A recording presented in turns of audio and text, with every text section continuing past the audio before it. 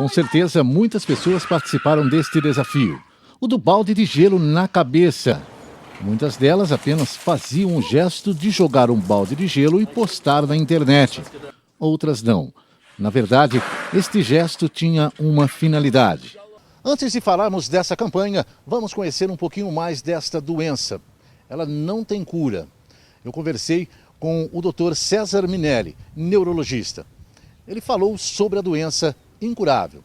Falou do tratamento que hoje prolonga a vida de pessoas acometidas por esta doença.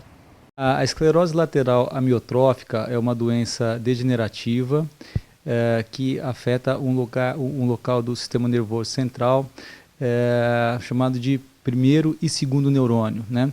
Essa doença ela tem um curso progressivo e ela afeta a esclerose, então, esclerose lateral amiotrófica.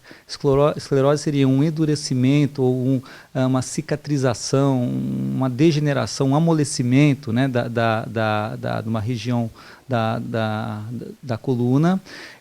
Lateral é porque é a parte lateral da coluna que é afetada, melhor, da coluna da medula, né, que fica dentro da coluna espinhal. E amiotrófica, né, é porque ela dá uma atrofia. A é de não, né, miotrofia o mio de músculo e atrofia de nutrição. Então o músculo encolhe, fica atrófico, né?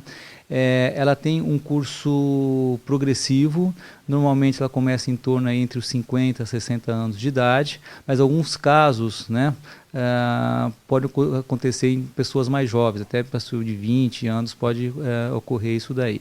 Essa doença ela vai causando uma paralisia progressiva nos músculos das pessoas, que dependendo da forma, do local que ela atinge, vai depender dos sintomas, né? Então, normalmente a pessoa tem dificuldade para falar, dificuldade para engolir, depois tem dificuldade para mexer os braços ou mexer as pernas, pegar objetos, né? Dificuldade para andar. Isso daí tem um caráter progressivo, ao ponto de quando o problema está muito acentuado, a pessoa precisa até de respirar com auxílio de aparelho e colocar uma sonda para se alimentar talvez da alimentação pela sonda, porque ela não consegue engolir por causa do comprometimento dos movimentos da deglutição, né? Essa doença, a pessoa antigamente, o tempo de vida de quem tinha era cometido por essa doença de 2 a 5 anos, mas atualmente com os sistemas que a gente tem de tratamento, a gente chama de tratamento de suporte, né? Porque o tratamento ele não interrompe a evolução da doença, o tratamento ele consegue dar suporte para aquele músculo que está fraco, tá? Então hoje a gente usa respirador, né? De ventilação invasiva e não invasiva, e as pessoas conseguem viver bastante tempo. Acho que o exemplo maior que nós temos de pessoas que vivem, uma pessoa que vive mais tempo com essa doença, é aquele astrofísico, o Stephen Hawking, que a doença foi diagnosticada quando ele tinha 21 anos de idade, ele está quase com 70 anos agora, está com 50 anos, e continua produzindo, né? Uma coisa interessante dessa doença é que ela deixa a pessoa totalmente paralisada, né? A ponto de nem conseguir respirar, mas a capacidade intelectual de julgamento fica totalmente preservada, a memória, a capacidade de resolver problemas, fica tudo preservado. Tanto é que esse físico está envolvido aí num projeto grande de tentar descobrir vida fora da Terra, ele continua publicando, escrevendo livros, tudo, mas infelizmente ainda não se sabe ao certo a causa da doença, né? Pensa em fatores genéticos, em fatores inseticidas, tóxicos. Tem várias teorias aí para tentar explicar, mas nada que tenha uma conclusão. E o tratamento, como eu disse, tem alguns medicamentos que a gente pode tentar retardar a progressão da doença, aumenta um pouquinho, de 3 a 6 meses a doença, mas não interrompe o curso dela. É uma doença que provoca algum tipo de dor no paciente, doutor? Então, ela deixa o paciente com toda a sensibilidade dele preservada, né? Então, assim, a dor não é pela doença, mais pela imobilidade. Então, ele fica sem condições de mexer nenhum membro, né? Nada do corpo, tem a imobilização acaba causando dor.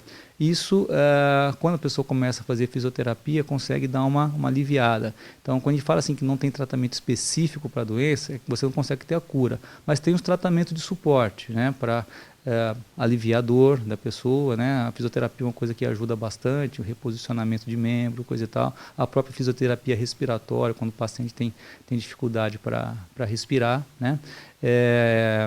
A visão da pessoa fica preservada, a pressão, frequência cardíaca, capacidade de evacuar e urinar também não são afetadas, né?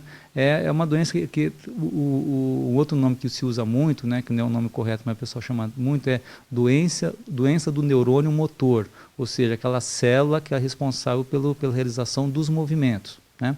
Então, é essa célula que é afetada nessa doença. Você tem dois neurônios motores, a gente chama de primeiro e segundo neurônio.